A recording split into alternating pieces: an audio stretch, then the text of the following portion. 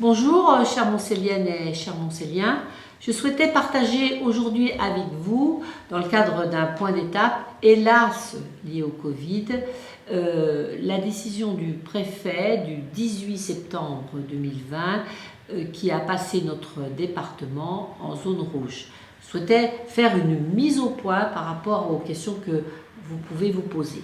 Alors, il a été précisé dans cet arrêté préfectoral que le port du masque dans l'espace public serait obligatoire sur les marchés, vide-greniers, pour les enfants, enfin pour les personnes de plus de 11 ans. Et puis aussi, dans un rayon de 50 mètres autour des accès aux écoles, aux collèges et aux lycées et aux établissements d'enseignement supérieur. Alors pour nous, pour les marchés et pour les vide-greniers, tout ça a été déjà prévu. Je vous remercie de respecter cette obligation sur le marché. Je sais que vous le faites là, à 99%, tout le monde porte un masque sur le marché et c'est tant mieux. Donc les marchés ainsi que la fête du marché qui aura lieu demain sont bien sûr maintenus dans leur forme actuelle, puisque la fête du marché c'est simplement une animation sur le marché pour valoriser notre beau marché. Le périmètre de 50 mètres préconisé et obligatoire d'ailleurs par arrêté préfectoral, bien sûr est en général respecté. Nous allons faire en sorte de encore mieux informer les parents par rapport à ce périmètre. Nous faisons ce travail bien sûr avec les équipes enseignantes. Afin de limiter la propagation du virus dans les espaces extérieurs, le préfet de Saône-et-Loire souhaite, en concertation avec nous, les maires, définir des zones où le virus circulerait de façon plus intensive, des zones piétonnes, des zones d'hypercentre. Nous avons donc, à la demande du préfet, fourni à la préfecture un périmètre de l'hypercentre que nous avons déterminé.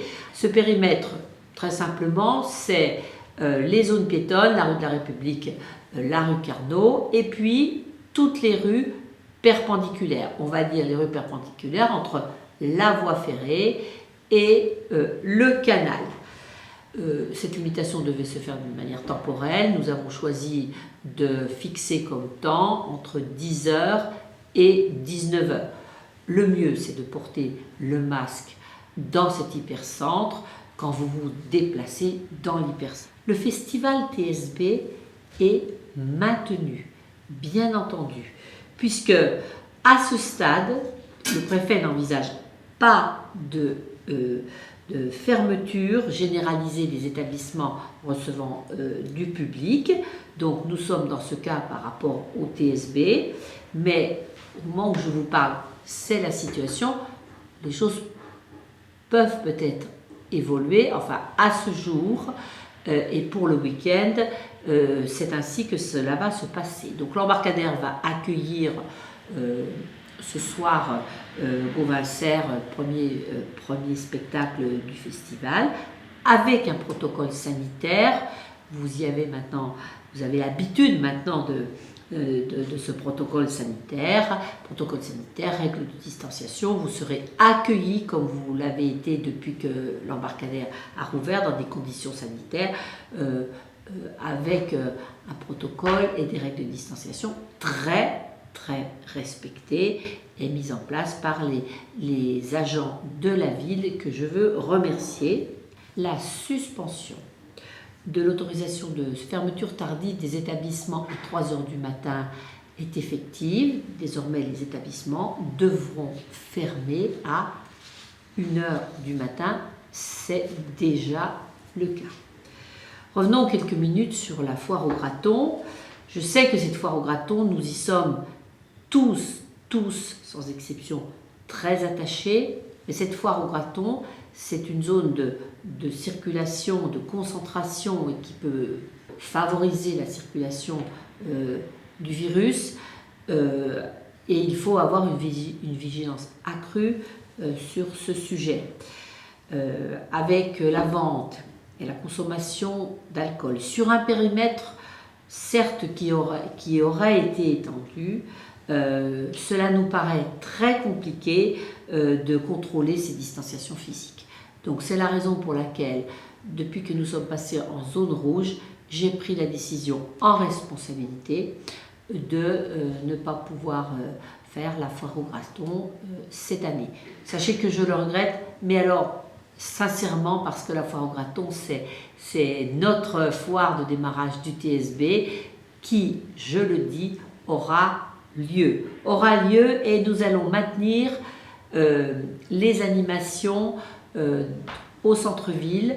J'ai choisi aussi avec mon équipe de faire en sorte que le groupe qui était choisi pour la foire au Graton puisse se produire sous le kiosque demain matin dans le cadre de la fête des marchés et puis dans le cadre aussi bien sûr du TSB. Voilà, et puis il y aura aussi des animations en centre-ville demain après-midi et puis demain soir à Borne, et puis les animations se poursuivront dans les conditions que je vous ai indiquées tout à l'heure. Et sur les autres communes, mes collègues sont bien sûr en charge, mes collègues maires sont en charge de mettre en place leur protocole.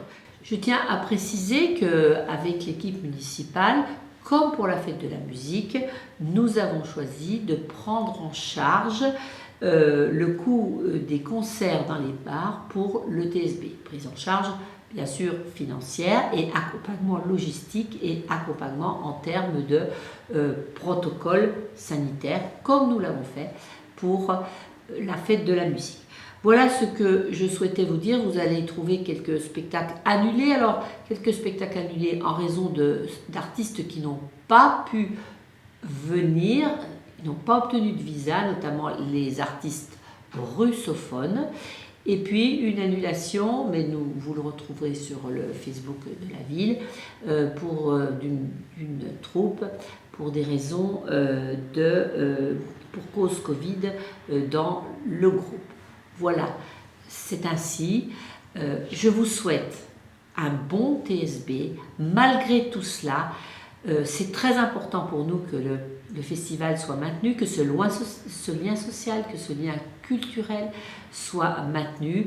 Prenez soin de vous et participez au TSB, s'il vous plaît, avec toutes les règles de distanciation qui s'imposent, mais l'important, c'est de participer et que nous puissions être ensemble, même si nous sommes parfois éloignés, être ensemble, c'est très important. Merci à vous et bonne journée.